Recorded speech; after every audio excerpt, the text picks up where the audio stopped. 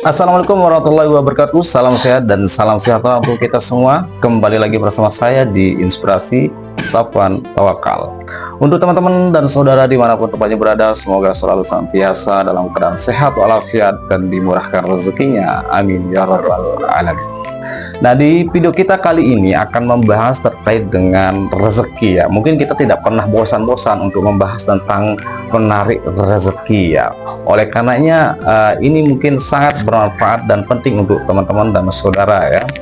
Semoga ini menjadi pelajaran dan ilmu yang luar biasa. Nah, untuk itu kita akan mengangkat tema dalam video ini adalah rahasia menarik rezeki menggunakan sedekah yang terhubung dengan law of attraction. Oleh karenanya kita akan persilahkan waktu dari Pak Handri Ramdhani. Waktunya dipersilahkan. Ya, terima kasih Bang Safwan atas waktunya. Ya, pada podcast ngopi sore ini ya mantap sekali ini. Alhamdulillah. Ya, mantap sekali, suasananya mendukung dan ini juga temanya sangat menarik sekali untuk kita kulik ya. Ya, karena ini yang lagi dibutuhkan oleh orang-orang ya. Kalau kita melihat problem-problem saat ini, problem keuangan saat ini ya, ini menarik sekali. Dengan judul rahasia menarik rezeki dengan menggunakan sedekah, dengan menggunakan kekuatan sedekah ya, betul. Yang kita kaitkan dengan the law of attraction. Ya.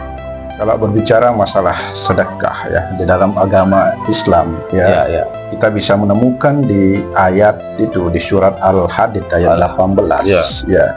Di sana sudah menjelaskan ketika kita bersedekah maka akan ditambahkan rezeki kita ya, atau rezeki kita berkali-kali lipat oleh Allah Subhanahu wa taala. Dan ketika kita juga memberi pinjaman kepada orang lain maka kita akan dibalas juga oleh Allah Subhanahu wa taala. Nah, ini salah banyak sekali orang-orang yang kurang paham tentang ketika orang minta bantuan kepada kita betul. Terus kita misalnya orang minjam uang kepada kita, terus kita memberikan pinjaman, ini juga termasuk sedekah akan dibalas oleh Allah SWT. Nah, masalah ikhlas apa ndaknya itu kan ada 3 tingkatan kalau kita berbicara masalah ikhlas gitu ya. Nah, kalau kita berbicara masalah ikhlasnya, jadi kalau seperti itu bagaimana Tuhan nanti akan membalas kebaikan kita yang bersedekah atau memberikan pinjaman kepada seorang itu? Apakah Tuhan akan membalas melalui orang yang kita berikan sedekah atau dari jalan yang lain-lain itu, Pak Ande? Ya, saya disclaimer dulu ya. Saya bukan orang yang fakih dalam hal ilmu agama atau dalam hal apa-apa. Saya masih fakir dan masih butuh pengajaran gitu. Tapi saya akan berbagi sedikit gitu yang saya tahu ini ya. Ketika kita membantu seorang atau kita bersedekah itu siapa yang akan membalasnya gitu. Ya, kita tidak dibalas oleh orang yang kita beri betul. Dari tangan Allah membalasnya dari tangan orang lain ya. Ini pengalaman saya ini ini pengalaman pribadi saya ini ini beneran ini saya sering mencobanya ketika saya memberikan orang, misalnya saya berikan orang 10.000 misalnya, tiba-tiba saya mendapatkan 100. Luar biasa itu. Ya, saya tidak tahu dari mana datangnya tiba-tiba. Ini beneran ini ya. Saya sering coba itu ya.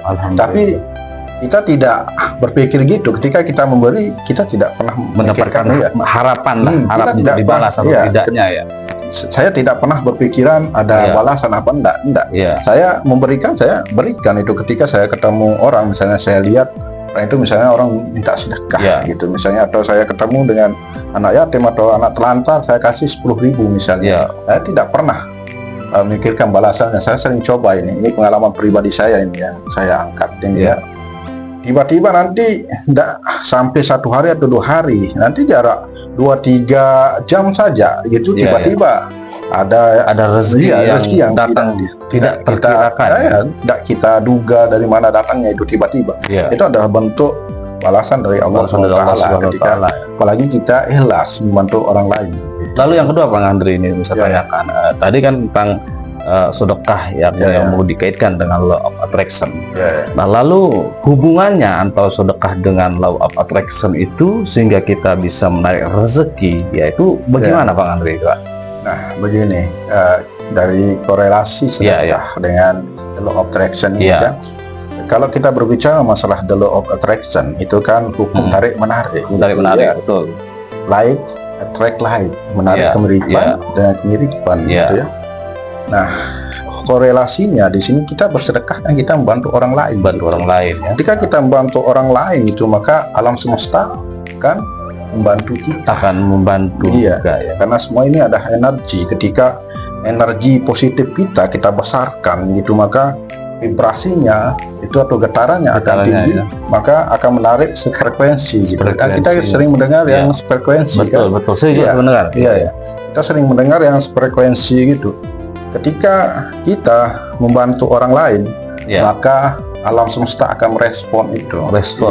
Misalnya kita bersahabat dengan yang jual parfum. Ini benar ini cerita dari dulu ya. Minyak wangi kita sering dengar dulu kan.